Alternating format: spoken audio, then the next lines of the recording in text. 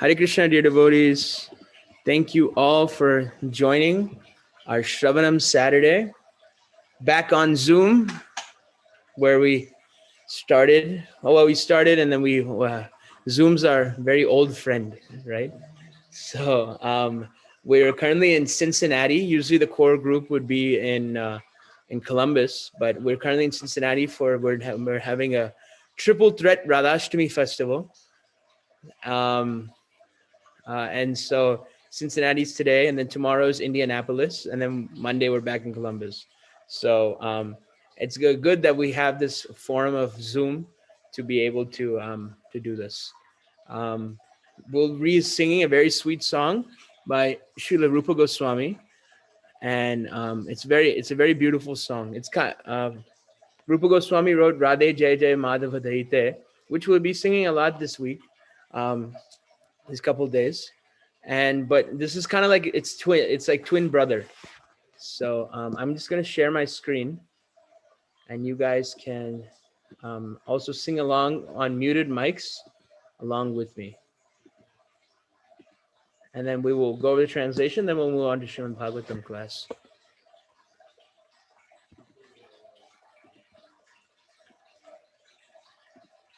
I want to do this.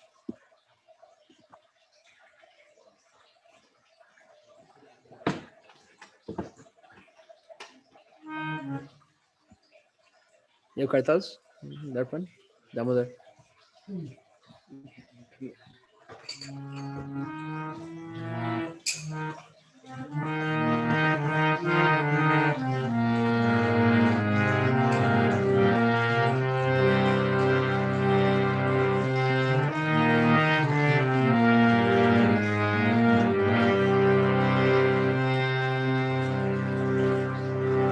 Krishna Deva Bhavanta Vande Bolo Krishna Deva Bhavanta Mana Manasa Madhukara Arpaya Nija Pada Manjadha Makarande Mana Manasa Madhukara Arpaya Nija Pada Pankaja Makarande Krishna Deva Bhavanta Vande Krishna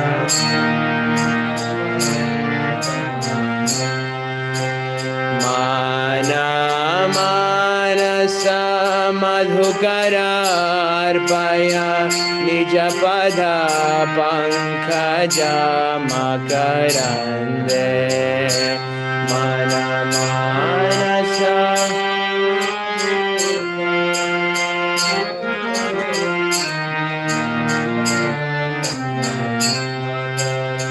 Krishna Deva Bhavanta Vande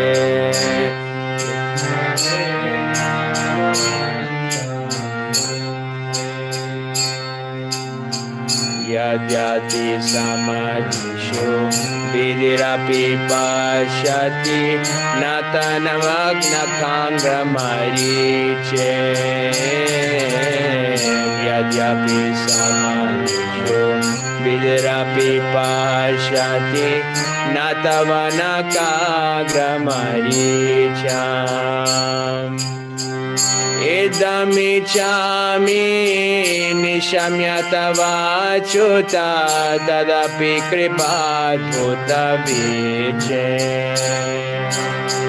Idamichami Nishamyatavachuta Tadapi Kripat Bhutaviche Krishna Deva Bhavanta Vande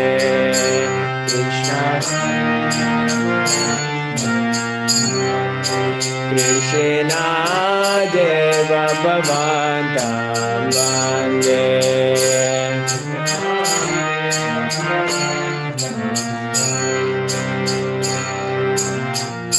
Bhaktiruddhanjati Yadyapi Madhava Natvai Mamati Lamatri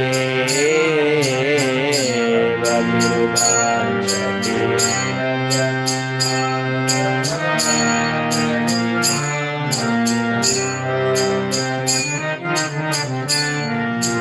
Bhaktiruddhanjati Yadyapi Madhava Natvai Mamati Lamatri Yadyapi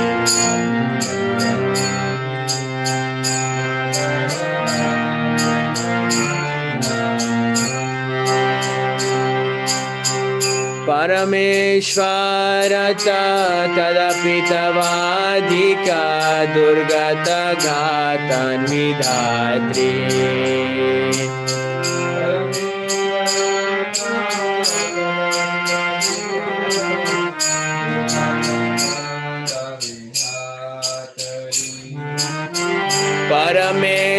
Parameshwarata tadapi tavadika durgata gatan vidhatri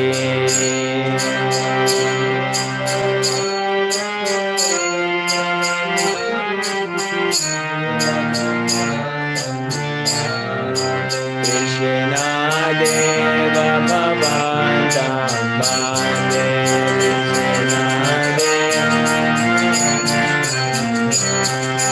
Krishna Deva Bhavantam Bande Krishna Deva Bhavantam Bande Ayam Avilodya Sadhya Sanatana Kalita Putra Sabhara Ayam Avilodya Yadya Sanatana Kalita Putra Sabhara Ayam Avilodya Yadya Sanatana Kalita Putra Sabhara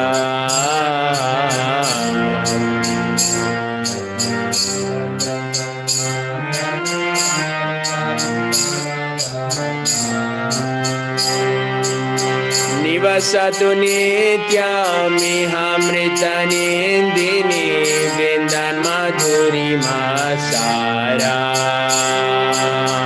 Nivasatu nityamritanindini Vindina madhuri masara Nivasatu nityamritanindini Vindan madhuri masara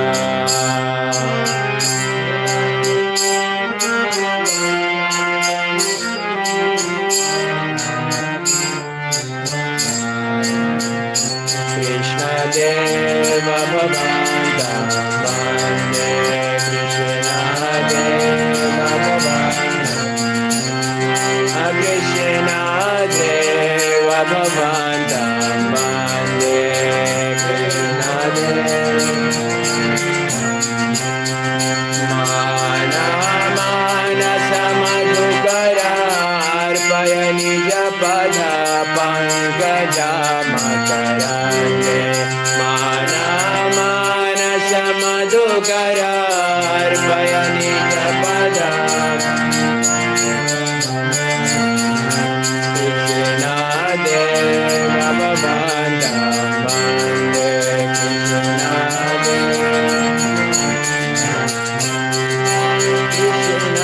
Deva Bhavantam Bande Krishna Deva Bhavantam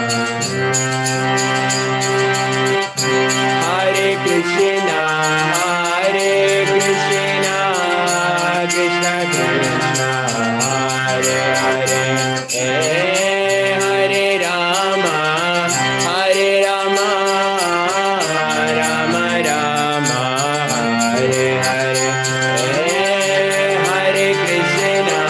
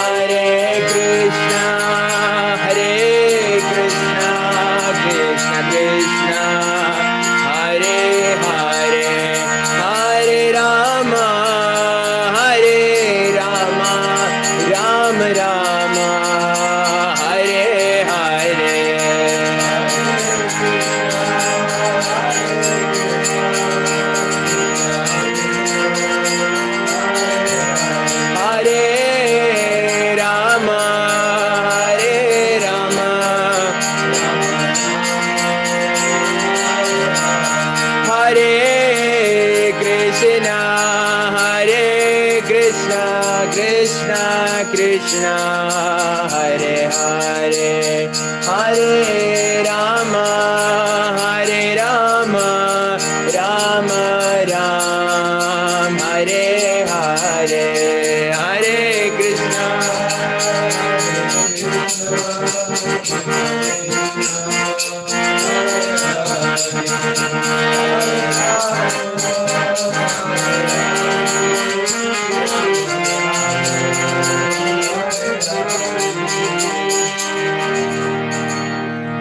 Gaur Brahmanande, Hari Hari Bo, Srila Rupa Goswami ki, Srila Prabhupada ki jai.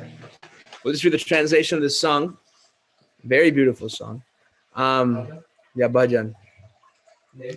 Krishna Deva Bhavantam Vande. So, I'll read the refrain first. The refrain is, "O Lord Sri Krishna, I am offering a prayer unto you. Please let the bee of my mind be offered the nectarian honey of your lotus feet." Text. Does someone want to read number 1? Sure. Although Brahma in full samadhi cannot Hare Krishna.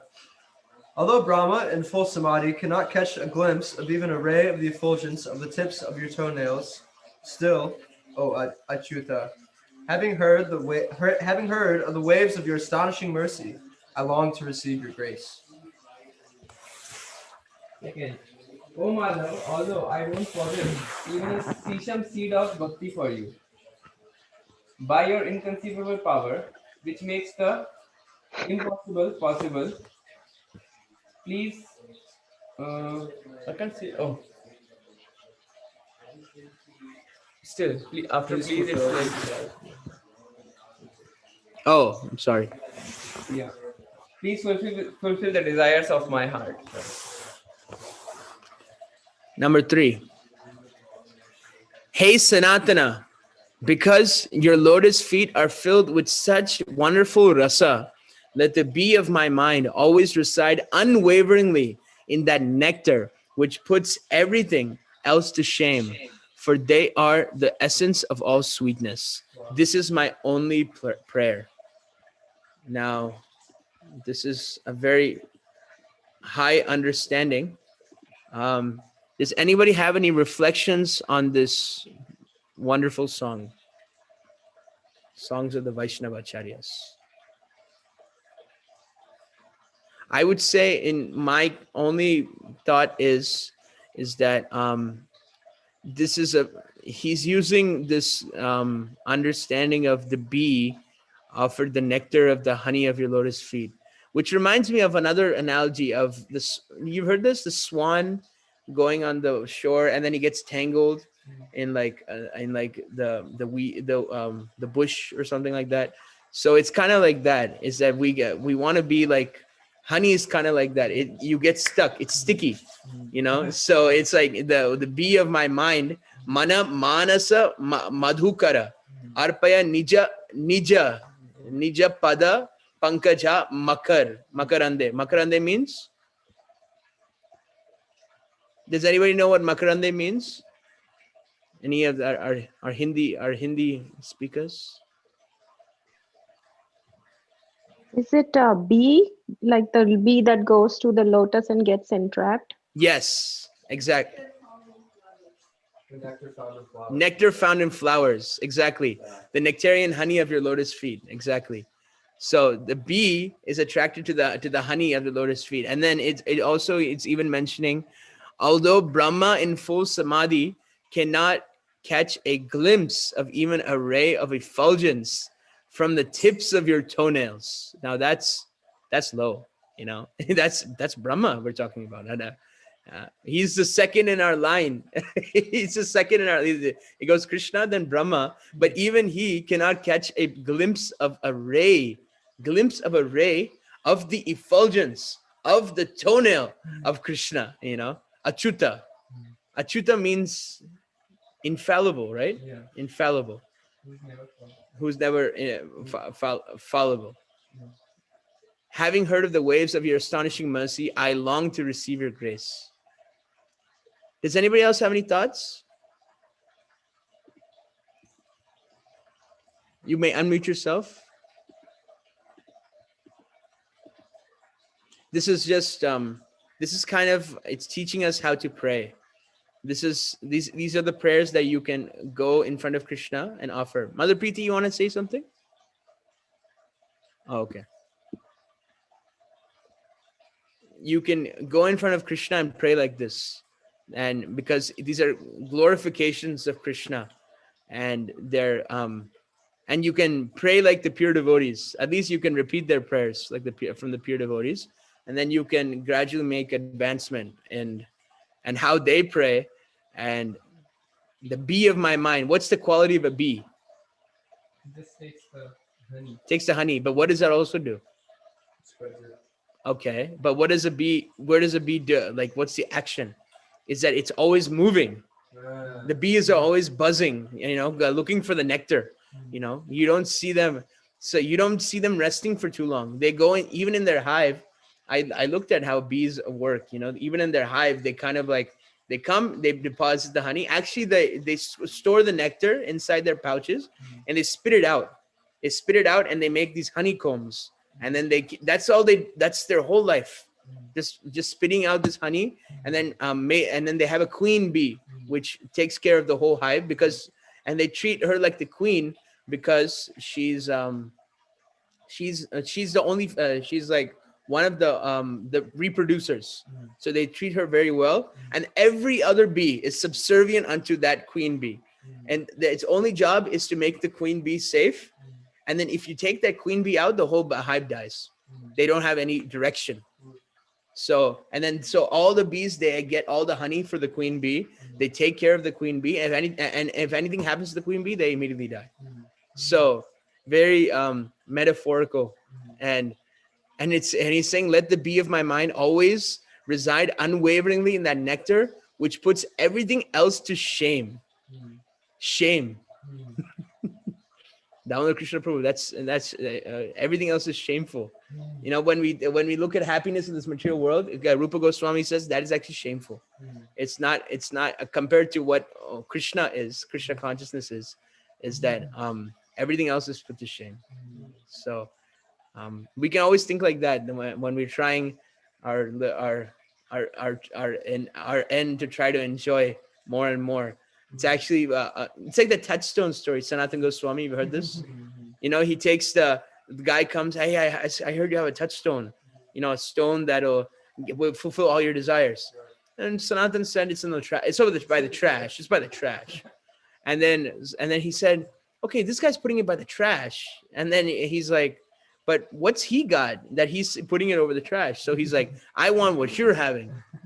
I want what you're on, So he said, Sanatana said, okay, but take that stone and throw it into this lake, So he took the lake and then he gives them a japa mala and he tells them to chant Hare Krishna. So he becomes it says he becomes a pure devotee. He gets attached, like prostitute of Haridas Thakur. The prostitute came and then she shaved her head and then she's chanting by Tulsi and purification, holy name. So even though we may have no taste, at least we can appreciate that taste has been given to others. I was just thinking that. One moment, Prabhupada gives a one-line purport. This sadhu sangha sarva shastri koy lava matra sadhu sangha sarva siddhi. You know what that one-line purport is? The moment of association with a pure devotee? No. What he says is the purport in Chaitanya Charitamrita. I think it's in Madhya Lila.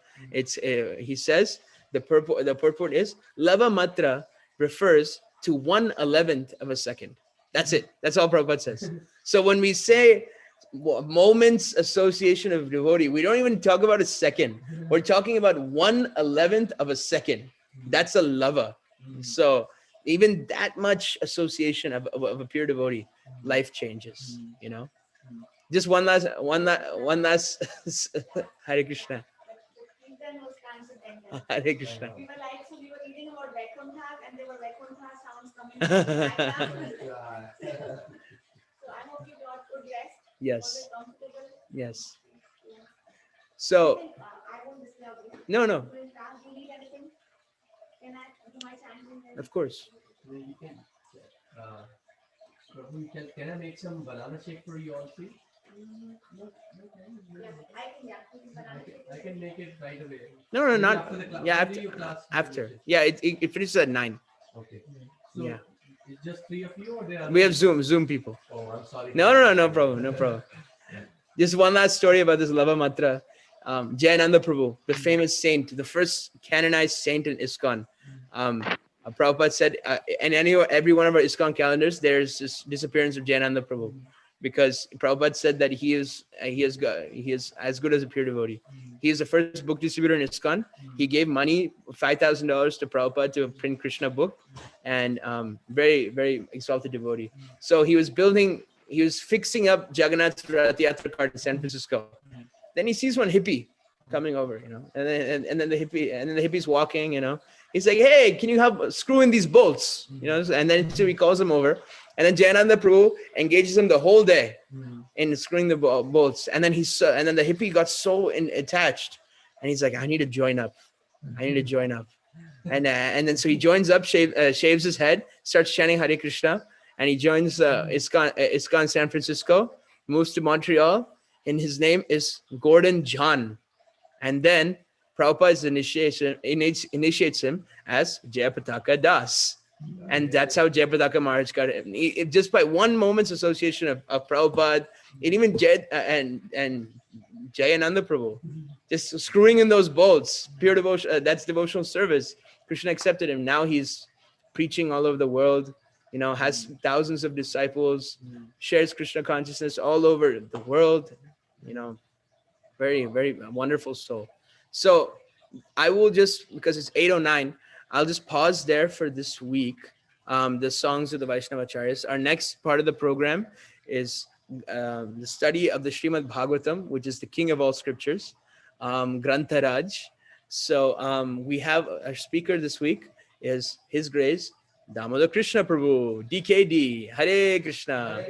So so Prabhu will speak for about an hour, and he will speak on Canto 1, Chapter 8, text 21 through 25, and then he will and then there'll be some question answer.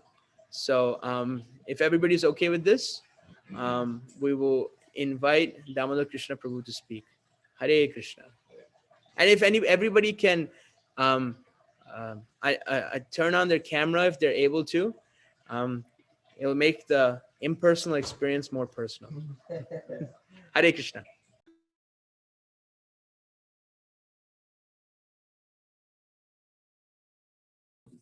Even I turned on my camera.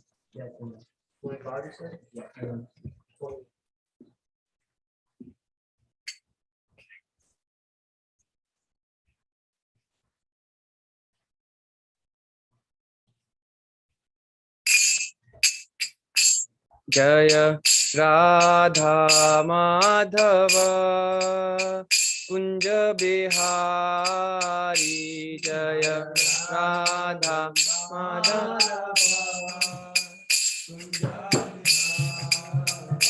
Jaya Radha Madhava Kunja Bihari, Jaya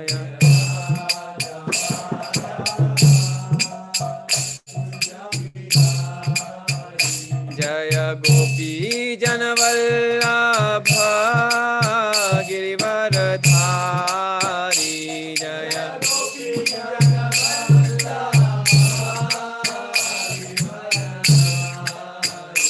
Jaya Gopi Janavallabha Girivaradhari,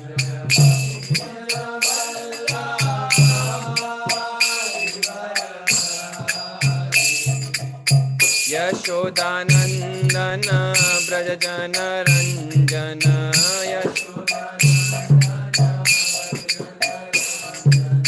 Yashodanandana Brajajana Ranjana,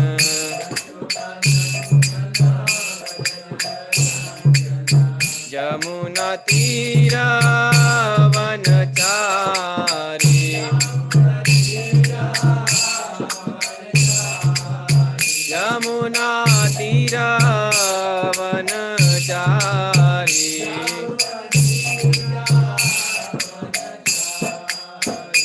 Jaya Radha Madhava Kunja Bihari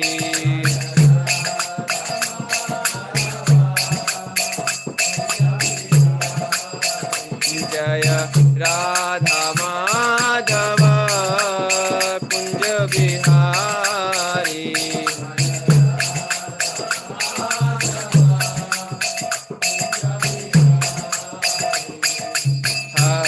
Hare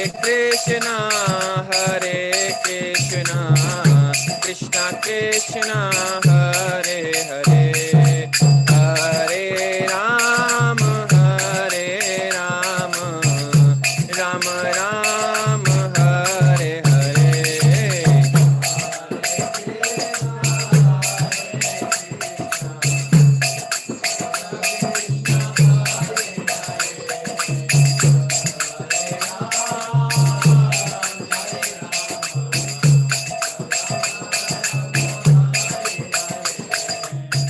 Hare Krishna Krishna Krishna Hare Hare Hare Ram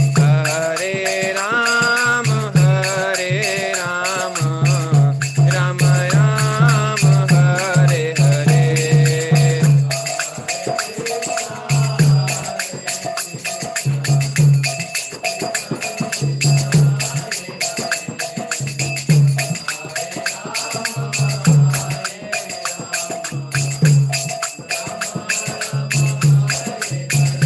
Hare Krishna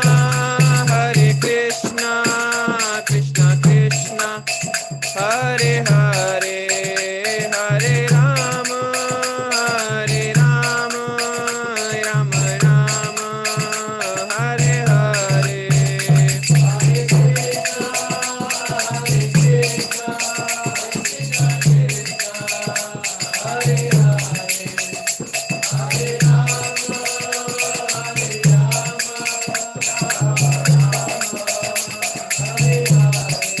Hare Krishna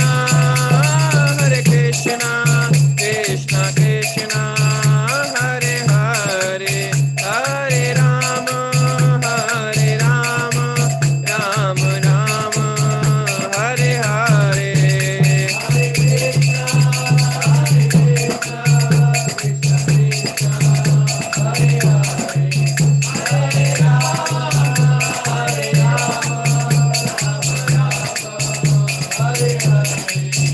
Jaya Radha Natvar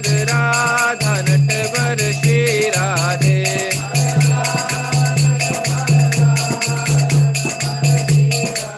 Jaya Giri Govardhan Jaya Giri Govardhan Jaya Giri Govardhan Jaya Vrindavan Dham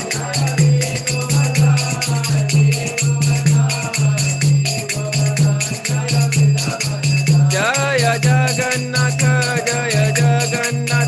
Jaya Baladeva Jaya Subhadra Mai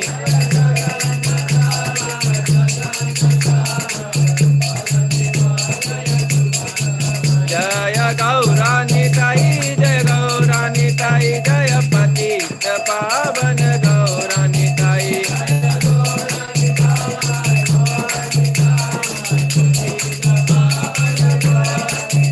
Jaya Prabhupada Srila Prabhupada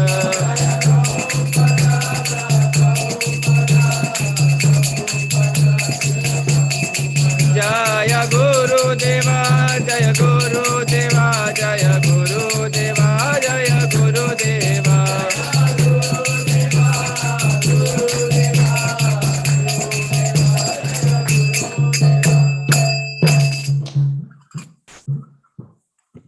Namo Vishnu Padaya Krishna Krishna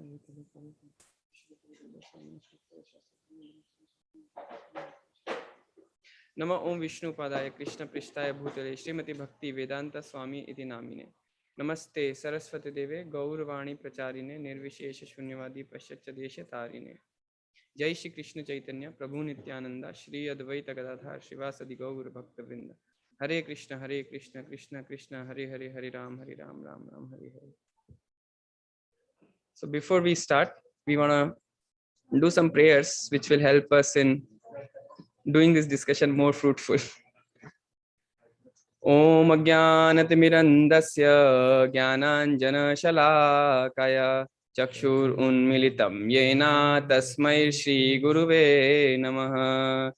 Shri Chaitanya Manobishtam Sthapitam Yena Bhutale Swayam Rupa Kadamayam Dadati Swapadantikam Vandeham Shri Guru Shri Juta Padakamalam Shri Gurun Vaishnavanmischa Shri Rupam Sagrajatam Sahagana Raghunathanvitam Tam Sajivam Sadvaitam Sadvadutam Parijana Sahitam Krishna Chaitanya Devam Shri Radha Krishna Padam Sahagana Raghunatha Sahagana Lalita Shri Vishakhanvitamischa He Krishna Karuna Sindhu Deenabandhu Jagatpate Gopesha Gopika Kanta Radha Kanta Namostute तप्त कांचन गौरांगी राधे वृंदावनेश्वरी वृषभानुसुते देवी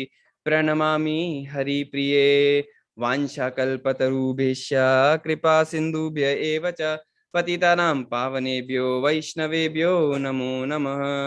श्री कृष्ण चैतन्य प्रभु नित्यानंद श्री अद्वैत गदाधर श्रीवासदि गौर भक्तवृंदा हरे Krishna Krishna Krishna Hare Hare Hare Ram Ram Ram Hare Hare. So you all can repeat. Om Namo Bhagavate Vasudevaya. Om Namo Bhagavate Vasudevaya. Om Namo Bhagavate Vasudevaya. Narayana Namaskrityam Naram Chaiva Narottamam Devim Saraswatim Vyasam Tato Jyadate Udyate Nashprayesha Bhadreshu Nityam Bhagavata Sevaya Bhagavati Uttama Shloke Bhaktir Bhavati Naishtaki Shrinvatam Svakatha Krishna Punya Shravana Kirtana Hridayantro Hiya Vadrani Vidhunoti Surit Satam. Srimad Bhagavatam 1.8.21. I would request you all to open that on your phone. Okay.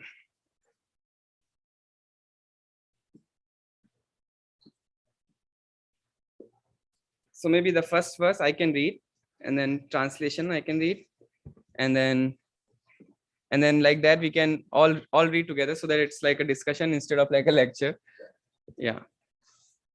First of all, before starting, I would like to thank you all for having me, for giving me the opportunity to search Srimad Bhagavatam. It's my privilege, and I don't know if I'm capable of doing this, but by your blessings, I would be able to. I will try my best by your blessings. So Srimad Bhagavatam 1.8.21. Krishnaya Vasudevaya Devaki Nandanaya cha Nanda Gopa Kumaraya Govindaya Namo Namaha. Krishnaya Vasudevaya Devaki Nandanaya cha Nanda Gopa Kumaraya Govindaya Namo Namaha. So you wanna say once? I didn't, Prabhu. Krishnaya Vasudevaya Krishnaya Vasudevaya Devaki Nandanaya cha Devaki Nandanaya cha Nanda Gopa Kumaraya Nanda Gopa Kumaraya Govindaya Namo Namaha. Govindaya Namo Namaha. So translation, I'll just read the translation and then we all can go through the purport together, and then maybe we can discuss the summary, and like that we can go one by one. So today we'll be going to discuss from 1.8.21 to 1.8.25. So the translation of this verse says, "Let me therefore offer my respectful obeisances unto the Lord, who has become the son of Vasudev, the pleasure of Devaki, the boy of Nanda, and the other cowherd men of Vrindavan, and the enlivener of the cows and the senses." Actually, before going through the purport, I just wanted to give you all a little summary, because these are the prayers of Kunti Devi, and why is she praying to Krishna? Like, what is the context behind it? So I just wanted to start with the story of Ashwathama. So Ashwathama is known as Ashwathama. The word Ashwathama means he has a strength of 100 Ashwa, 100 elephants. And Ashwathama is the son of Dronacharya. And who is Dronacharya? Dronacharya is the teacher of Pandavas as well as Kauravas. So this Ashwathama, he is in the party of Duryodhana. But still, Duryodhana party was also very strong. It has a lot of strong people. So out of them, one of them was Ashwathama. So basically, in order to please Duryodhana, what Ashwathama did is he killed 5 sons of Draupadi. He killed 5 sons of Draupadi, and those 5 sons were actually sleeping. So he was a Brahmana by birth, and a Brahmana is supposed to follow all the Vedic rituals and all the Vedic injunctions. And like killing someone when he is asleep is like a very sinful thing. And he knew it, but still he killed because he wanted to please Duryodhana. But Duryodhana wasn't pleased with it. And then all the other people got distressed hearing this news that Ashwathama killed 5 sleeping sons. And then Arjuna got very angry. And then in anger, Arjuna said that I am going to bring the head of Ashwathama to you. Don't cry. And he didn't wipe her tears first. He said, I am going to kill that Ashwathama and bring his head to you. And then you can wash your hairs with his blood. And then you burn your kids' bodies, and then you stand on his head, and then you wash your hairs, something like that. So he was that angry, and then Arjuna went to bring Ashwathama, and then he caught Ashwathama finally, and then he tied him like an animal because he did such a bad thing. And then in front of Krishna was also there with Arjuna, and then both of them, Krishna was trying to instigate Arjuna, you should kill this person. But since Arjuna vowed that he wanted to take Ashwathama in front of Draupadi, so he took Ashwathama, he tied him, and then he took Ashwathama in front of Draupadi. And then Draupadi, because woman is very gentle-hearted, Draupadi saw him, and then he said, please don't tie him by rope, just open him. He is our spiritual master's son, so please don't tie him. And then he was open, but still Draupadi was angry, and so everyone was trying to see what can be done. Some of the Pandavas, like Bhima, was saying that we should kill this person. Other people like Yudhishthira was in the favor of Vedic injunction that we should not kill a Brahmana. Krishna was also trying to say, yes, Arjuna, you should kill. But Krishna was just trying to test Arjuna. And then finally, instead of killing that Brahmanas, they cut his hairs, and they basically they cut his hair from his head and depriving him of his wealth by taking the jewel on his head. And then this is the punishment. So basically, if you offend a Brahman, that is equal to killing him, something like that.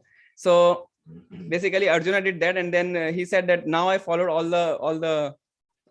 the promises that he did, like he will kill the Brahmana, and killing Brahmana and offending a Brahmana is like killing a Brahmana. So he fulfilled that promise, as well as everyone was happy, because not happy in the sense like everyone was satisfied by his action. And then Ashwathama went, but Ashwathama was in mode of ignorance. And then finally, what Ashwathama did, because of feeling bad about all what happened, what he did is he actually throw a Brahmastra towards Uttara. And who is Uttara? Uttara is basically Abhimanyu, who is son of Arjuna's. Son of Arjuna. Uttara is wife of son of Arjuna, Abhimanyu. So Uttara basically came to Krishna, and Krishna was about to leave. Uttara came to Krishna, and she told Krishna, O Lord of the Lords, Lord of the universe, you are the greatest of mystic. Please protect me. Protect me, for there is no one else who can save me from the clutches of death in this world of duality. But Uttara was not concerned about her. Uttara was more concerned about her child, which was in her womb. So she said to Krishna, you may even, if you may desire, you may even kill me, but please save my son who is in my belly, in my womb. So basically Krishna knew that this Brahmas was thrown by Ashwathama again. So Krishna was standing outside, as well as Krishna protected the womb of Uttara, because Krishna can be outside as well as inside, Bahir and Antar, both. So Krishna saved him, and then so basically Krishna saved him, and then finally he was saved. The son of Uttara was saved, and then Queen Kunti started offering prayers to Krishna. So in the last class we saw the first 3-4 verses before this. So that was few of the other prayers, and now Queen Kunti is giving some other prayers to Krishna. So before we move ahead, we'll just read the purport.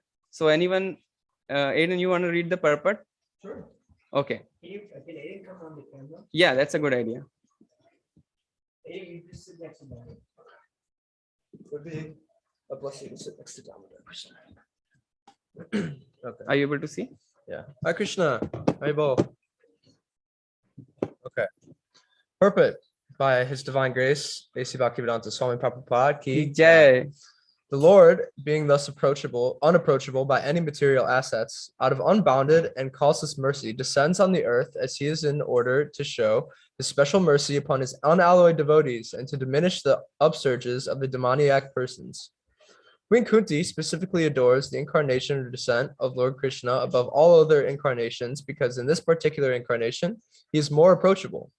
In the Rama incarnation, he remained a king's son from his very childhood. But in the incarnation of Krishna, although he was the son of a king, he at once left the shelter of his real father and mother, King Vasudeva and Queen Devaki, just after his appearance, and went to the lap of Yashoda Mai to play in the part of an ordinary cowherd boy in the blessed Vrajabhumi, which is very sanctified because of his childhood pastimes. Therefore, Lord Krishna is more merciful than Lord Rama. He was undoubtedly very kind to Kunti's brother Vasudeva and the family. Had he not become the son of Vasudeva and Devaki, Queen Kunti could not claim him to be her new nephew and thus address Krishna in parental affection. But Nanda and Yashoda are more fortunate because they could relish the Lord's childhood pastimes, which are more attractive than all other pastimes. There's no parallel to his childhood pastimes as exhibited at Vrajabhumi, which are the prototypes of his eternal affairs in the original Krishna Loka, described as the Chintamani Dham in the Brahma Samhita 5.29. Lord Sri Krishna descended himself at Vrajabhumi with all his transcendental entourage and paraphernalia. Sri Chaitanya Mahaprabhu therefore confirmed that no one is as fortunate as the residents of Vrajabhumi, and especially the cowherd girls who dedicated their everything for the satisfaction of the Lord. His pastimes with Nanda and Yashoda, and his pastimes with the cowherd men, and especially with the cowherd boys and the cows, have caused him to be known as Govinda. Lord Krishna, as Govinda, is more inclined to the Brahmanas and the cows, indicating thereby that human prosperity depends more on these two items, namely Brahminical culture and cow protection. Lord Krishna is never satisfied where these are lacking. Thank you, Aiden Prabhu, for reading that. So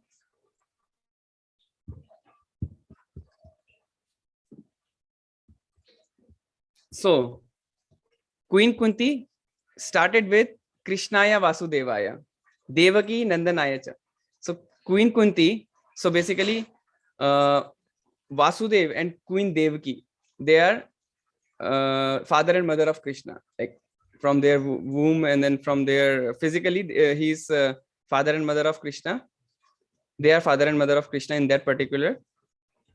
So basically Queen Kunti is starting from Devaki Nandanayacha, because Queen Kunti wanted to show parental affection to Krishna, and then Queen Kunti is starting with Devaki and Nanda Maharaj, because without Devaki and Nanda Maharaj, Queen Kunti, Devaki and Vasudeva and Queen Devaki, because without Vasudeva and Queen Devaki, Kunti would have not have this relationship with Krishna, which is Krishna is Queen Kunti's nephew. So she started with this respect, to show the respect that King Vasudeva and Queen Kunti, which are father and mother of Krishna. And then finally Queen Kunti goes to Nanda and Yashoda. Nanda and Yashoda are actually more, as Prabhupada was writing in the purport, they are actually more fortunate. Why? Because they were able to see all the pastimes of Krishna. And Nanda and Yashoda are not ordinary people. They did a lot of austerity in order to get, so they did a lot of austerity in the previous birth, and when Vishnu came in front of them, they said, we want a kid like you, and there's no one other than Krishna like himself. So only Krishna can be like Krishna. There's no other God. I was listening to Prabhupada. Prabhupada was saying, when people say, you are also God, I am also God, he is also God, that is not accepted. Because God is just one, and we all are part and parcel of God. So we have some qualities of part and parcel of, because we are part and parcel, we have some qualities of God, but we are not God. If we think that we are God, we are dog. So Prabhupada was saying like that. So after King Vasudeva and Queen Devaki, Queen Kunti is mentioning Nanda and Yashoda Maharaj, and Prabhupada says that they are more fortunate than Vasudeva and Devaki, because Vasudeva and Devaki gave the birth to Krishna, but they were not able to relish the childhood pastimes of Krishna, and childhood pastimes of Krishna are the most honey-like pastimes. And then finally, Queen Kunti addresses Gopa Govinda. So basically all the Gopas who are from Braj, all the people like Nanda Maharaj, Yashoda, all the Gopas, Gopis, all these people, because now Queen Kunti wanted to show that these people are even more fortunate, because they are having so much relishing pastimes with Krishna. And out of all these, as Prabhupada said in the purport, Gopis are the most exalted. Chaitanya Mahaprabhu also says that Gopis are the most exalted because they have given everything for Krishna. And it is, for a materialistic person, it is very difficult to give everything to Krishna. What to say of our anxieties? We can't even give our anxieties to Krishna. So like that. And finally, at the end, Prabhupada is saying that human propensities depend on two items. In general, even if materialistic people can follow these two things like Brahmanical culture and cow protection, they can be saved. Lord Krishna could be satisfied, but without this, Lord Krishna can't be satisfied. Therefore, cow protection, we also have a cow protection in our ISKCON Columbus here, like it will be going to be. And then Brahmanical culture is getting up early in the morning, taking shower, and then chanting Hare Krishna, like that. So then Lord Krishna will be satisfied. Otherwise, Lord Krishna is never satisfied where these things are lacking. So this was this verse. Now we'll go on to the next verse. Next verse is, you want to read the Sanskrit as well? Hari Prabhu, you can turn on your mic and you can read. Mute your mic. No, your volume. Hare Krishna. Text 22. Nama Pankajanabhaya Nama Pankajamaline Nama Pankajanetraya Namaste Pankajangraye. Should I read the translation? Yeah. My respectful obeisances unto you, O Lord, whose abdomen is marked with a depression like a lotus flower, who are always decorated with garlands of lotus flowers, whose glance is as cool as a lotus, and whose feet are engraved with lotuses. Should I read the purport? Or anyone else is interested in reading. Does somebody want to read the purport?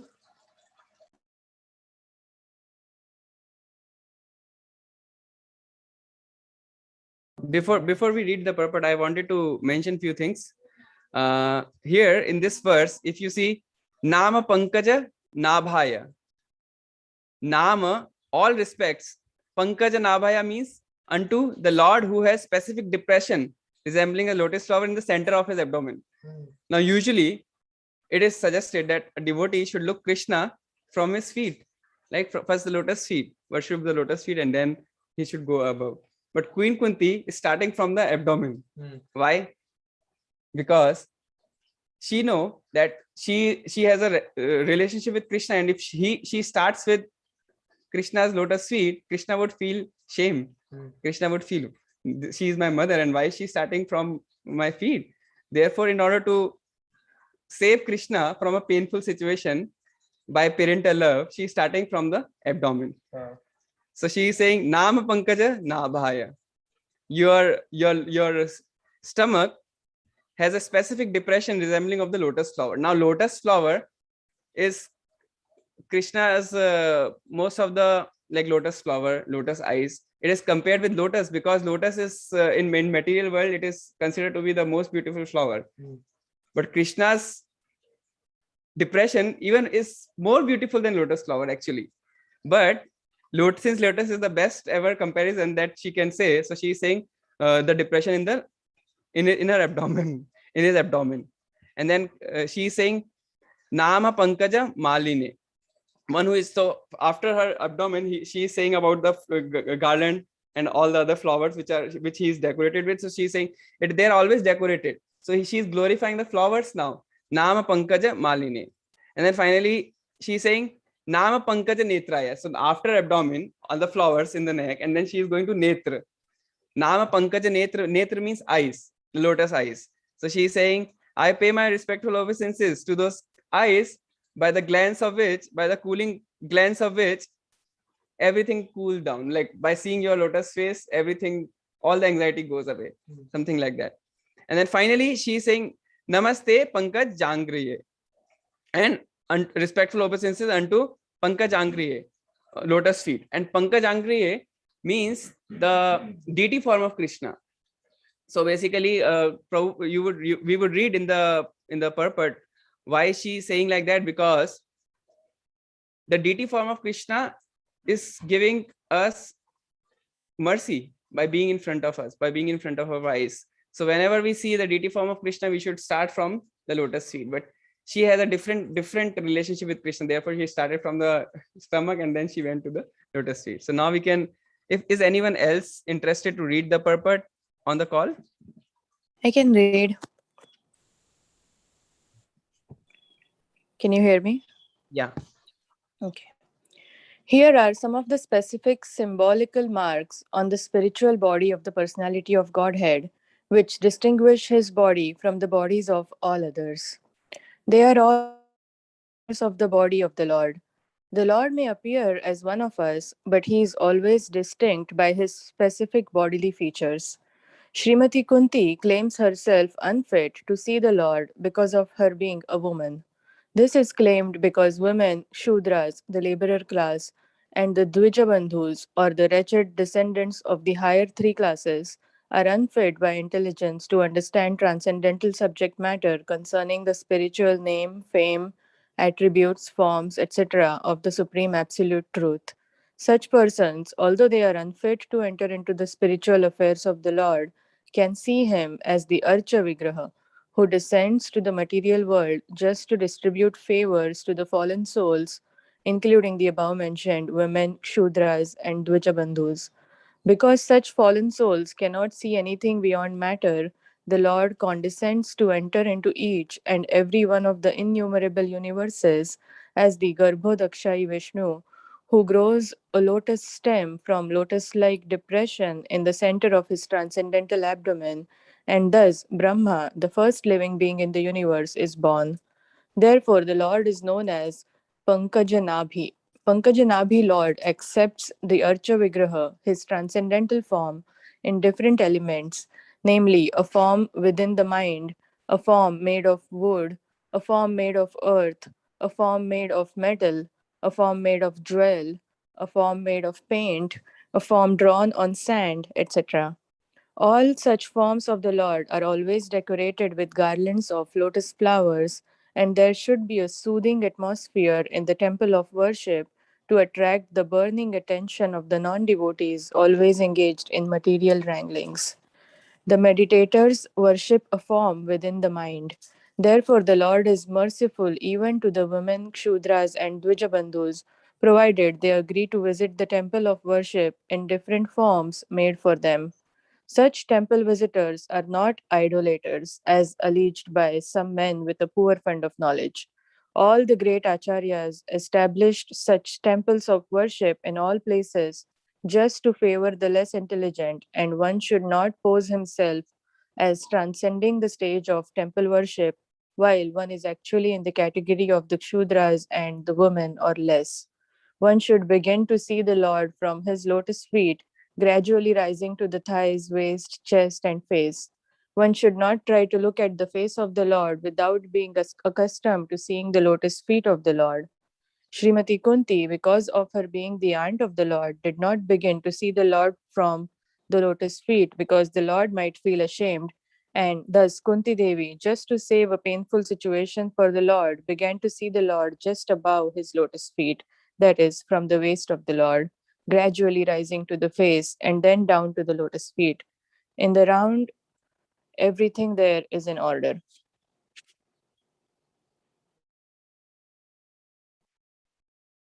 Thank you so much, Charuta, for reading that. So, because Queen Kunti, in her humility, and a pure devotee never thinks herself as a devotee, basically. And if you talk about not about devotees, but if you talk about materialistic people, like Prabhupada is mentioning here, women Shudras and Dvijabandhus, in materialistic life, you would see basically in general, women are very emotional, very, very loving. Like my mother or even someone else's mother has a very lot of affection for their kids, but father is like a little rough. You might, so basically because of that emotional quality, that is a quality. Otherwise, how would we get love from our mother? So that is a quality, but that quality is sometimes being misused in the materialistic life. Like recently I was reading someone in probably in India, someone raped a woman, and then people were trying to show affection towards that person, but according to Shastras, he should be punished, right? So that kind of affection, oh, why are you killing this person? We should show mercy. We should show mercy towards that person. Like he was getting hanged till death. He was getting that punishment from the court, but that kind of compassion might be hurtful for that person, because if he's, Manu Samhita says that if a person commits such a great sin of basically using the other person, using especially raping, like that is such a ghastly sin. If you do that, then he would suffer in the next birth, in the next coming birth. So better the rules made for that person is he will be hanged till death, and then at least that particular sin would reduce, and then he would be able to take a human birth again. So basically so that's the thing. So but in case of devotees, we should not see other devotees as women or Shudra or anything like that. We should see everyone as spirit soul. One time one woman was asking Srila Prabhupada, is this true? Then Srila Prabhupada said no, because if you are seeing like that, then it is true. But why are you seeing like that? You should see as a spirit soul, basically. So this is the understanding. And basically we all are Shudras in current age. We all are Shudras, so we should consider like that. And even Queen Kunti, who is like such an exalted devotee of Krishna, she is considering all these points, and then she's speaking like that to Krishna, so that Krishna doesn't feel, first of all, ashamed that she's starting from the lotus feet. So she is considering all that point because of the parental love for him. And then, yeah, now we can read the next verse. So is there anyone on the call who can read the Sanskrit part of the next verse? 1.8.23.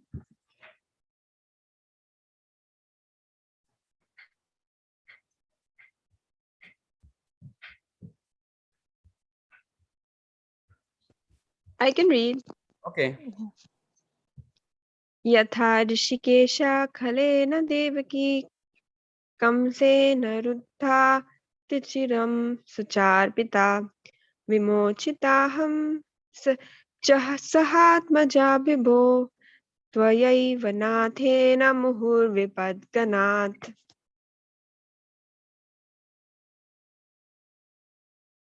So Am I reading the translation or you are reading? You can read the translation, then we can discuss the purport. Okay. O Rishikesha, master of the senses and lord of lords, you have released your mother Devaki, who was long imprisoned and distressed by the envious king Kamsa, and me and my children from a series of constant dangers.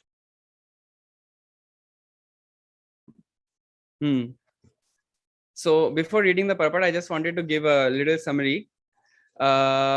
Devaki, who is Devaki? Devaki is the mother of Krishna, and she got imprisoned by her brother Kamsa because he was scared of the son of Devaki, basically all the kids of Devaki. So he imprisoned his own sister, and then but Krishna saved Devaki's son.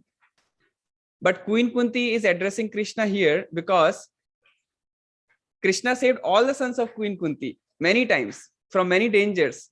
But in case of Devaki, Krishna just saved, like Krishna didn't save the other kids. And why was that? So Kunti Devi is trying to show her gratitude for that, because Kunti Devi doesn't have her husband. Her husband passed away, like King Pandu. He was not there at that time, so she was a widow. And for a person like Queen Kunti, who is a widow, there's no other shelter other than Krishna. So basically, but in case of Devaki had her husband.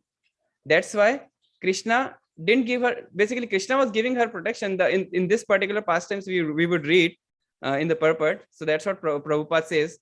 So maybe I can read this purport. Devaki, the mother of Krishna and sister of King Kamsa,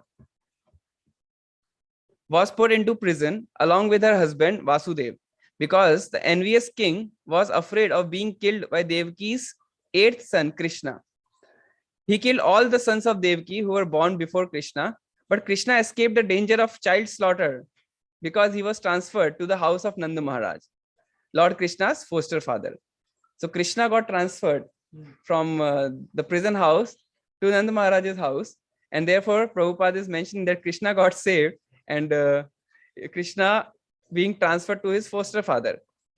Kunti Devi, along with her children, was also saved from a series of danger. But Kunti Devi was shown far more favor because Lord Krishna did not save the other children of Devaki. So Kunti Devi received far more favor than Krishna's own mother, whereas he saved the children of Kunti Devis. On the other hand, Krishna saved the children of Kunti Devi, like Arjuna, so many times, all the Pandavas so many times, from fire, sometime from poison, like Bhima was poisoned so many times. But in case of Devaki, it was not true. So this was done because Devaki's husband Vasudev was living, whereas Kunti Devi was a widow, and there was none to help her except Krishna. The conclusion is that Krishna endows more favor to a devotee who is in greater danger. Sometimes he put his pure devotees in such dangers because in that condition of helplessness, the devotee becomes more attached to the Lord. The more the attachment is there for the Lord, the more success is there for the devotee. So Prabhupada is mentioning, the more danger we are in, the more we can take the shelter of Krishna. But sometimes we may also take shelter of some material things. Like if I have some problem, I might find some material solutions, but pure devotees are not like that. Srimati Kunti Devi, in this particular case, Srimati Kunti Devi is taking the shelter of the Lord, and Prabhupada is saying, if there is a danger for the devotees, basically they get more attachment to Krishna. Even in case of Srila Prabhupada had different plans. Srila Prabhupada had plans like Prabhupada write somewhere, or Prabhupada speak that I had plans that I wanted to earn a lot of money so that I can preach Krishna consciousness. So Prabhupada was a big rich man in India. He had a big pharmacy and he was earning a lot. But suddenly all the things Krishna took, his wife, his children, and then he literally became like a beggar. He was begging, literally. And it was a very tough time for him. But at that particular instant, Prabhupada had this realization that Krishna was actually showing special favor to him. So this special favor, one can understand when he is at a very exalted position, because in general, when we are in some danger, we have a tendency to think, oh Krishna, why are you doing this? What is the problem? What did I do? We have that tendency. But pure devotees are not like that. So in the next verse, Queen Kunti, so basically that's what Queen Kunti is here. She is trying to show so much gratitude for Krishna, because Krishna helped her so many times that she has been shown favor more than Krishna's parents. So she is feeling so much grateful, and out of humility she is saying all these verses, so amazing verses. And then the next verse, then we read the next verse. Now, anyone on the call want to read the next verse? We have 6 minutes, so we want to finish all the verses. We have 2 more. Let's see. Neil Prabhu, Juhi Mataji, Meenu, Shivam, Karthik Prabhu, Ganesh. Yeah, Hare Krishna Prabhu, I can read. Yeah, Mataji, please.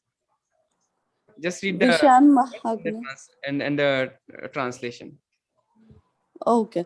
Vishan Mahagne Purushada Darshanad Asat Sabaya Vanavasa Krishraditta Mride Mride Nekha Maharatha Strato Drauni Astratas Chashma Hare Birakshita.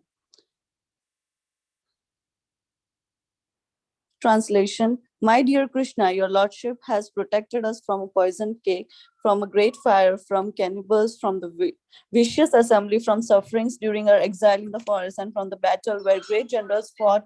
And now you have saved us from the weapon of Ashwathama.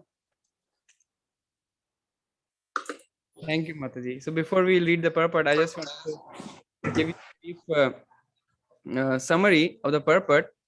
So basically, this is the list of different things that Krishna saved these Pandavas.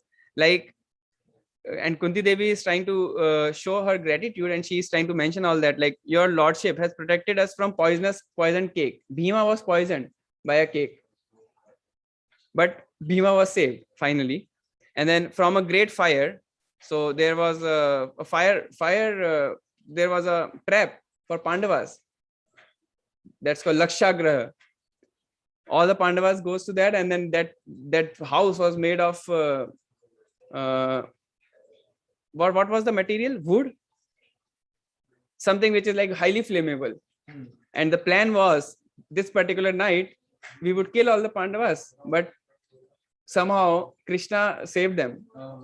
Yeah, Krishna saved them. So Queen Kunti is trying to show her gratitude. Shalak, yeah. And then in the forest, from the battle where great generals fought, and also from the battlefield, like since Krishna was in the side of Arjuna, therefore Arjuna was always saved, all the Pandavas were always saved. And then there were so great people on the other side, like Dronacharya and Bhishma Pitama, all the great generals, but still they won. So I'll just read the purport now. The list of dangerous encounters is submitted herein. Devaki was once put into difficulty by her envious brother. Otherwise, she was well. So Devaki was also put difficulty by her envious brother Kamsa. Otherwise, she was fine. Like, she had a nice life. Like, who was real mother of Krishna? She was fine. But Kunti Devi and her sons were put into one difficulty after another for years and years together. They were put into trouble by Duryodhan and his party due to kingdom. And each and every time the son of Kunti were saved by the Lord. Once Bhima was administered poison in a cake. Once they were put into the house made of shellac and set afire. And once Draupadi was dragged out, and attempts were made to insult her by stripping her naked in the vicious assembly of the Kurus. But in all the cases, the Lord saved Draupadi by supplying an immeasurable length of cloth, and Duryodhan's party failed to see her naked.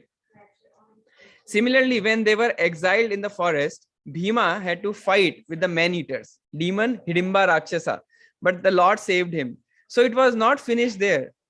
After all these tribulations, there was a great battle of Kurukshetra, and Arjuna had to meet such great generals as Drona, Bhishma, and Karna, all powerful fighters. And at last, even when everything was done away with, there was the Brahmas released by the son of Dronacharya to kill the child within the womb of Uttara. And so the Lord saved the only surviving descendant of Kuru, Maharaj Parikshit. So there are so many problems, In case of Devaki, there was just one problem, that Kamsa, who is her brother, he put her in prison house. But in case of Kunti Devi, there are so many problems. All the time there were problems, but still they were all like so much religious and so much Krishna conscious. But if you would see, in general, in materialistic people, if they have some problem, they would try to find some material solution. But I heard it from one Maharaj that for material problems, there are spiritual solutions. For material problems, there are no material solution. For all the material problems, there are spiritual solutions. So finally, the last verse, now Kunti Devi, after telling Krishna that all these things you saved us from, and I am so grateful. And then last verse, anyone else want to read the verse and the translation?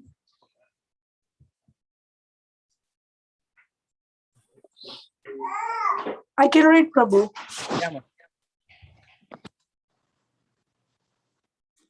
Vipada santu thaha shashvatatra tatra jagat guru bhavato darshanam yatsayad punar bhavarda sharanam.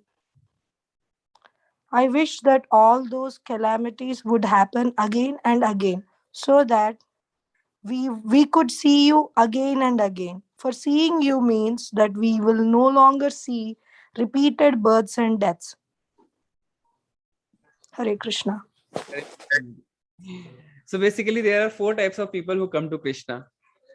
That is mentioned in the purport. Generally, the distressed, the needy, the intelligent, and the inquisitive. This is in Bhagavad Gita also. Who have performed some pious activities, worship or begun to worship the Lord.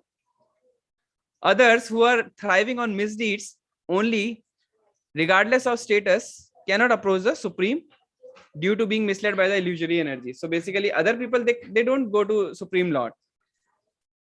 But for a pure devotee, like Kunti Devi, even after so much of distress, what she is saying, Krishna, please give me more distress. Why? Because if you give me more distress, then we will think about you more and more. And this way, there will be no birth and death for us. Because seeing Krishna's face and being in presence of Krishna, even chanting Hare Krishna means the same, because Krishna's name and Krishna in person are same on the absolute platform. So that is the same. So Kunti Devi here is saying all these calamities, Krishna, we want to happen again and again. And those calamities were not easy. Like someone trying to kill you, such a big thing. Someone trying to rape her son's wife, such a big thing. It is not an easy thing. But she is saying that I want all these calamities again and again, Krishna. Why? Because she is not thinking about those calamities. Her mind is absorbed in thinking about Krishna. So when we are in distress, when we are in problems, we can try to chant Hare Krishna and we can think about Krishna. That way, problems, you might say, oh, how will problems get solved? But actually problems can get solved by that, because Krishna will give protection. Krishna will give help. And let's say if things happen other way, then we should consider that was Krishna's will. That's how Krishna wanted it to happen. So now I'll just read the purport with a little break in between. Generally, the distressed, the needy, the intelligent, and the inquisitive, who have performed some pious activities, worship or begun to worship the Lord. Others who are thriving on misdeeds only, regardless of status, cannot approach the Supreme due to being misled by the illusory energies. So even if a person is very good in status, like a president of a country or prime minister of a country, if he will have some problems, he might not approach Supreme Lord because of being misled by the illusory energy. He might think there are some other solutions. And therefore, for a pious person, if there is some calamity, there is no other alternative than to take shelter of the lotus feet of the Lord. And here you could see Prabhupada says for a pious person, not for a devotee. So even if we are pious, even if we are not doing any religious things like killing animals, like we follow 4 regulative principle, that helps us in at least becoming pious, so that in calamities we can also take no other alternative than to take the shelter of the Lord. Now next, constantly remembering the lotus feet of the Lord means preparing for liberation from birth and death. So if you are distressed and you are thinking of Krishna's lotus feet, then it is helpful, because it will help you in preparing for the liberation from birth and death.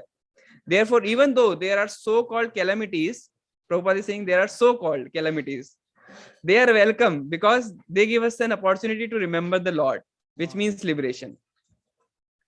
And Prabhupada is saying, Prabhupada in the lecture for this particular verse, he was saying, actually there are no calamities. Actually there are no problems. In material world, there are no problems. That's what Prabhupada says. Everything is our mind made. If you see in general, like rain, for a person who is outside, who is like a beggar on the street, rain is a problem for him. But for an umbrella shopkeeper, it's not a problem. For him, it's like a blessing, because he know now. For a gardener, it's a blessing as well. Yeah. So the same problem, same thing. For one person, it is a problem. For one person, it is not. That means it is not actually a problem. It is just the perception. If you change your perception, it can be a blessing. So like that, Prabhupada was saying. And then next paragraph, one who has taken shelter of the lotus feet of the Lord, which are accepted as the most suitable board for crossing the ocean of nescience, can achieve liberation as easily as one leaps over the holes made by the hooves of the cow. So basically, hooves of the cow are small. Therefore, the holes made by the hooves of the cow are also small. So we don't even feel that we are crossing the hooves of the cow, because our feet are bigger than the hooves of the cow. So Prabhupada is mentioning that just how, if there are hooves of the cow, holes made of hooves of the calf on the ground, and you cross it, just like that you will cross the material world. You won't even feel it, and you will cross it by taking the shelter of the Lord. Such persons are meant to reside in the abode of the Lord, and they have nothing to do with a place where there is danger in every step.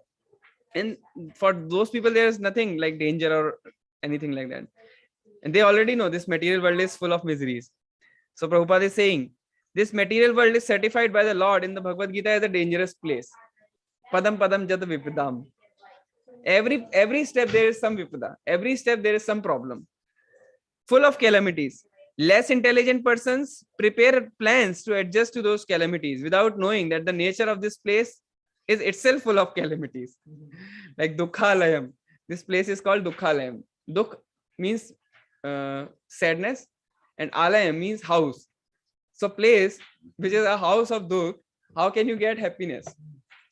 Until and unless you find it in a spiritual way. So less intelligent people make some plans for adjustment. They have no information of the abode of the Lord, which is full of bliss and without trace of calamity. And the duty of the sane person, therefore, is to be undisturbed by the worldly calamities, which are sure to happen in all circumstances. So basically, what is our duty? If we consider ourselves sane, or if we want to become a sane person, if we want to try to become a sane person, our duty is not to be disturbed much by all the calamities, because that is sure to happen. And just as sure as calamities, there will be some times where you will feel happy also. It is for sure. So a sane person's duty is not to be bewildered and suffering all sorts of unavoidable misfortunes. One should make progress in spiritual realization, because that is the mission of human life. So even if there are suffering, one should try to make progress in spiritual realization. Like Arjuna giving all the points, like if I will fight, this will happen. Krishna says at one point, all these points that you are saying is correct.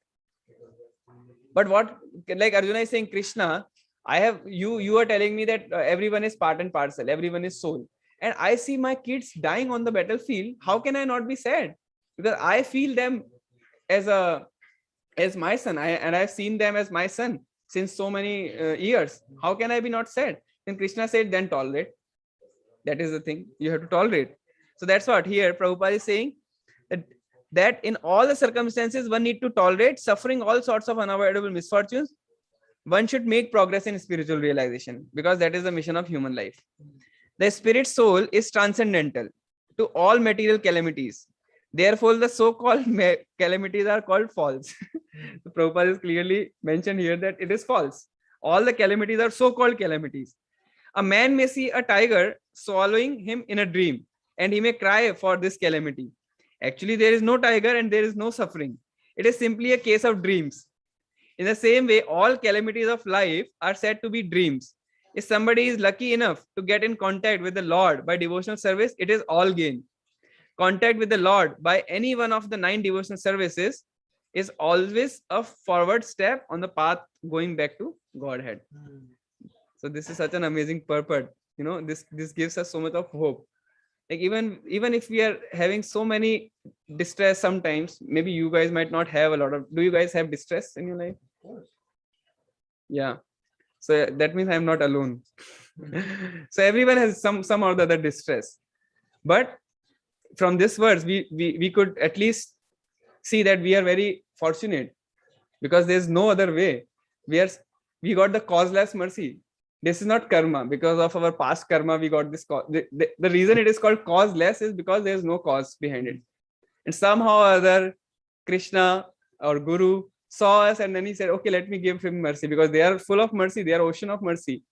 And they gave us mercy. So we should be very happy about it. At the same time, we should not be sad about the calamities. And at the same time, our duty is to make progress in spiritual realization, even though there are calamities or no calamities, because all these calamities are actually false.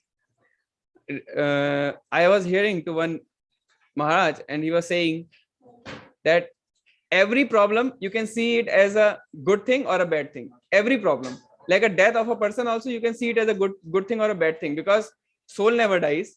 So that is a good thing in the sense that soul goes from one body to another. Now soul is transversing to his journey, and you can see it as a bad thing. Oh, person died, being sad. So everything can be taken as a good thing or a bad thing. So best is whatever is happening, just take things as in a positive way, and then just chant Hare Krishna and be happy. So that's the summary of this verse. So yeah, that's so I want to end here by saying chant Hare Krishna and be happy. Jai.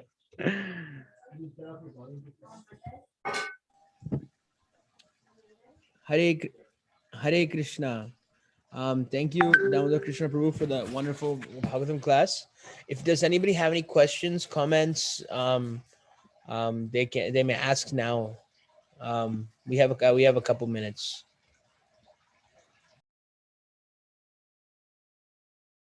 Or you may type it in the chat as well. Aiden Prabhu has something.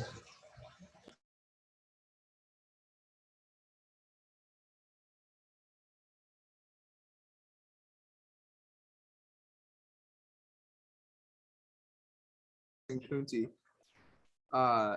The idea of in text 25, she says, I wish that all those calamities would happen again and again so that we could see you again and again. For seeing you means that we will no longer see repeated birth and death. So I just wanted to add the comment of, so many times we forget, because we get caught up in the calamities, we get caught up in these things that happen to us, and we forget that we're meant to actually break through that, kind of become like these spiritual alchemists in a sense, where you're kind of transforming and morphing this suffering and turning it into grace. And so I was actually wondering if you could elaborate a little bit on, some great ways to cope with that, sometimes in great ways to help us prepare for these moments. Because sometimes, as I said, like when we face these calamities, even like many times in my life, I'll forget about Krishna, because I think that these calamities are something that's going to be the end of the world, or something terrible. So what are some ways to prepare for that so we can remember Krishna in those times? Hare Prabhu, you have anything to say about that? So basically, that's a very good question, and actually everyone go through that. Even for me, I would say I get caught up in calamities as well. But in those calamities, one should at least have little bit of faith that Krishna is there. Like one time, I don't want to give so many examples of my life because it's like so much of but I just still want to say one time I was in Cincinnati. I am in Cincinnati today, and then in my university I got some issue that my professor was not supporting me, and then there were so many calamities that time. But somewhere in my heart I was thinking, but Krishna might have some plan, and somehow or other I came to Columbus where Radha Nadbar was there. So basically, if we have a little bit of faith that even if there are calamities, it will be fine. Krishna will take care. It will be really helpful. So in those calamities, instead of getting caught up, we can pray. We can have a little prayerful mood. We can pray to Krishna. Krishna, please help me. And by doing those prayers, like Kunti Devi is now doing prayers to Krishna. By doing those prayers, it will definitely be helpful. Like chanting extra rounds. That's what we can do. Chanting extra rounds, and then and calamities. Let calamities solve by itself. Probably, I would say there will be problems, and then instead of instead of thinking that I am the doer there, we just have to be observer. If we try to be observer, like let things happen the way they are, and like not try to put our hand too much into it or too much out of it. It doesn't mean that we should not try our best. What I'm trying to say is not try to put our mind into it so much so that we forget that the solution is not material. We should remember, like Queen Kunti is saying, please give me more and more suffering so that I can remember you. So even if there will be so much, we try our best, we physically, and from our mind, we should know that I am an observer, I am not a doer. Krishna, you help me. Otherwise, there is nothing. So that's what I can say. If anyone else on the call have anything else to add for this amazing point, please. Hari Prabhu, you have anything to add? No, it was an amazing point. Yeah. Thank you, Prabhu, for the points. Yeah. Anyone else has any other point to say? Add up for this or any other thing? In the chat, I see Nick Prabhu says, just remember Krishna is there for you. Plus, nothing is permanent. Just like good times, bad times will pass too. Yeah. Wow. Thank you so much, Nick Prabhu. And this particular sentence, if you say to a person who is very happy, he will become sad. Yeah. And if a person is very sad, if you say to that person, he'll be happy. Like if he is very happy, you say, this is not permanent. So he will say, oh, these happiness. So he will become sad. And if a person is sad, you may say, this is not permanent. He'll be happy. Yeah. Thank you, Nick Prabhu, for bringing up that point. Yeah. Amazing. I was hearing that there's this concept of this concept. Someone was saying that when we have problems, some people turn to suicide, and someone was saying that suicide is a long-term solution for a short-term problem. So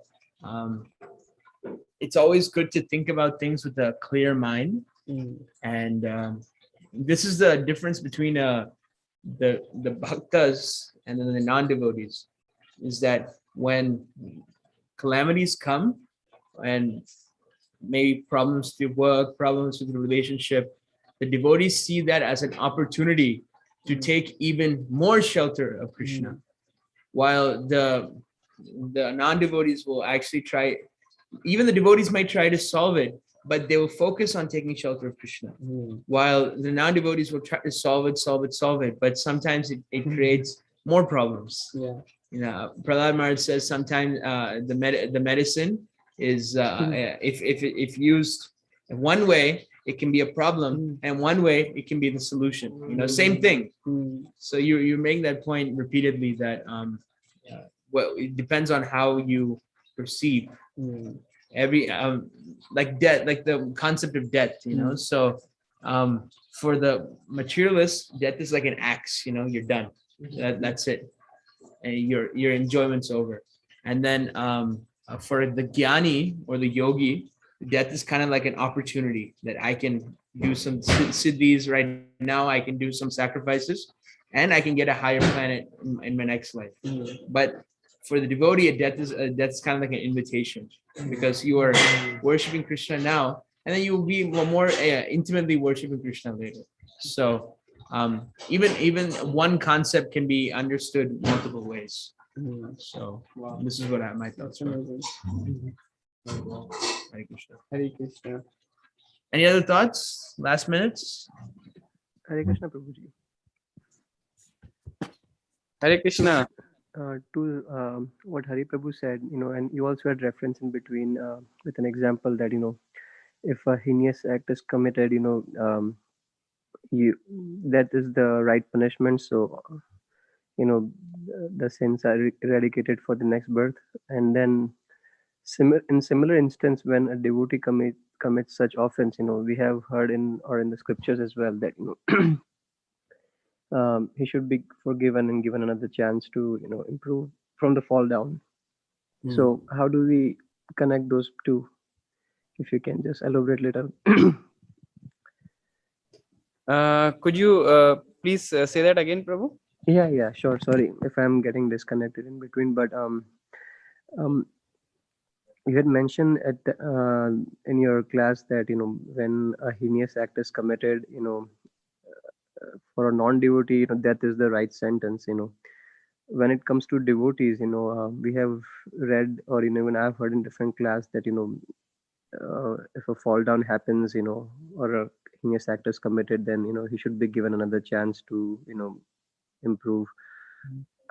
How do we, you know, connect those two, you know, different, you know, punishments in, or, you know, one is forgiven and one is punished. So if any elaboration on that?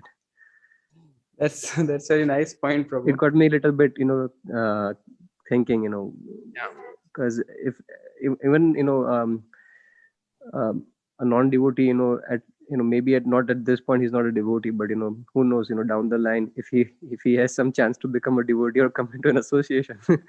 So maybe I'm just overthinking, but wanted to mention that. That is a very good point, Prabhu, because forgiveness is a quality of a devotee, and he should be forgiving. If a heinous act is committed in Kali Yuga, the only solution is the holy name, chanting of the holy name. So even though materially we see there are people are sentenced to death, and then people are sentenced to lifelong prison, that might not be really the solution that I was telling. Like from Manu Samhita, in Manu Samhita it says that even if a person committed this crime, then if a king puts him on the like hang him till death, it is beneficial for him. But all those injunctions, all the Vedic injunctions are not for Kali Yuga. In Kali Yuga there is just one injunction, that is Hare Nam, Hare Nam, Hare Nam, Eva Kevalam. Only there's only Hare Nam. And I just, when you were asking this question, I just remember one great saintly person who might have committed some crime earlier, and then he was in jail, and then he became a devotee of Krishna, and there he started chanting, and he is actually an initiated disciple. Yeah, he is initiated disciple. So yeah, so now even if he's in the jail, now when he's chanting Hare Krishna, he is free from all sins, because Krishna says, Sarvadharman Paritajya, Mam Ekam Sharanam Vraja, Aham Tvam Sarva Papebhyo, Mokshasyami Mahasucha.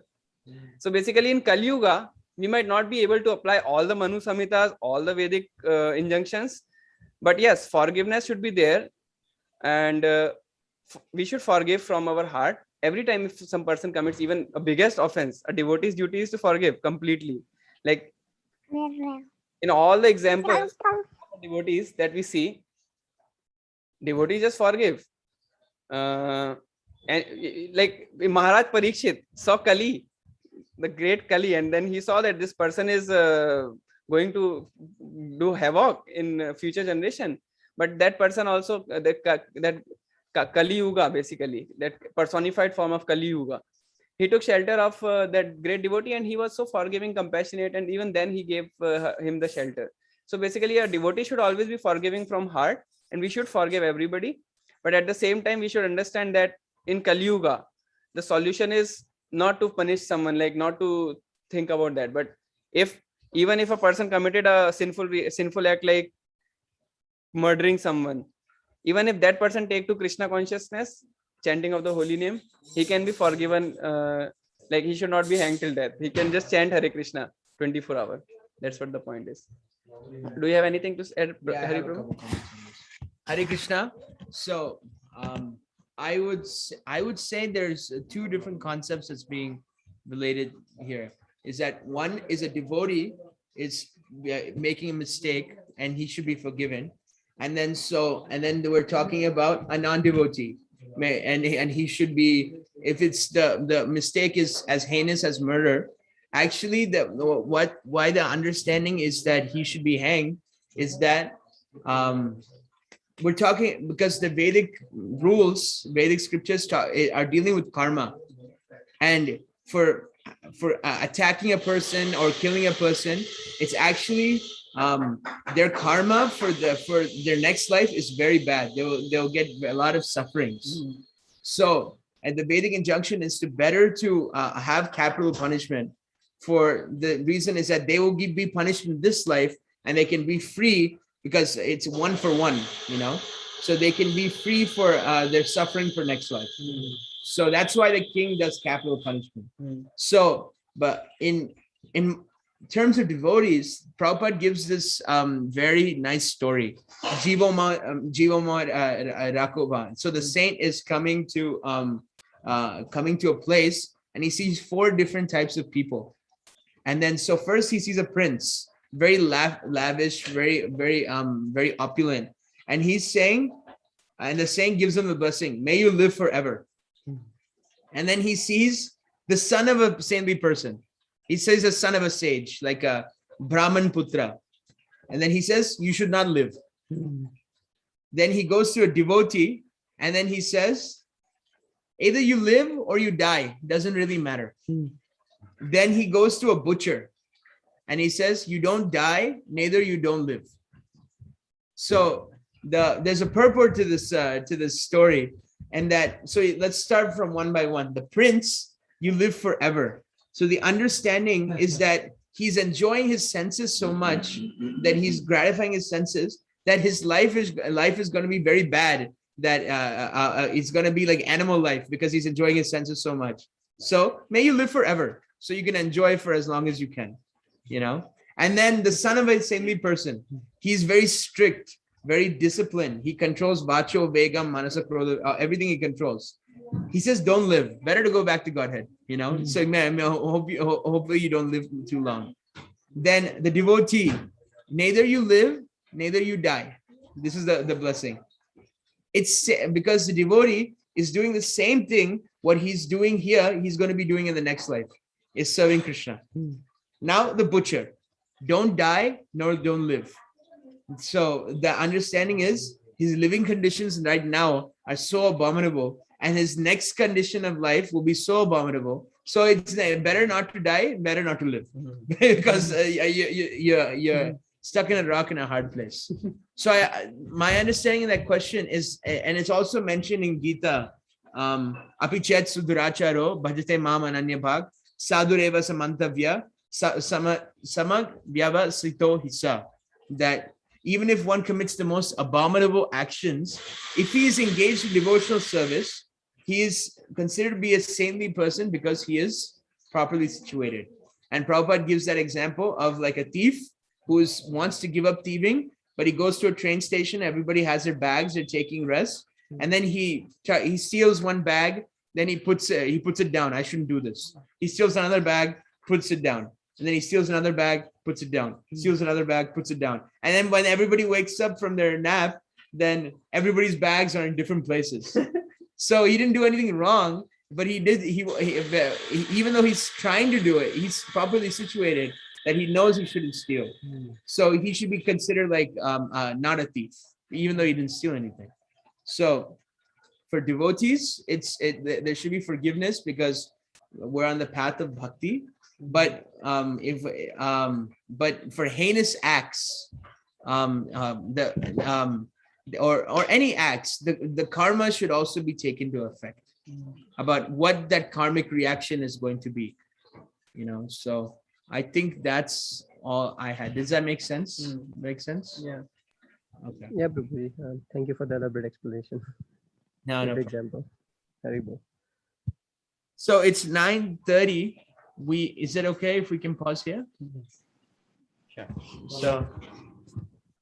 So thank you everybody, and then we'll end by Vaishnav pranams. And before that, I just wanted to say if I did any mistake or if I said anything wrong, please forgive me. So Vansha kalpataru vishya kripa sindhubhya evacha patitanam pavanebhyo vaishnavebhyo namo namaha.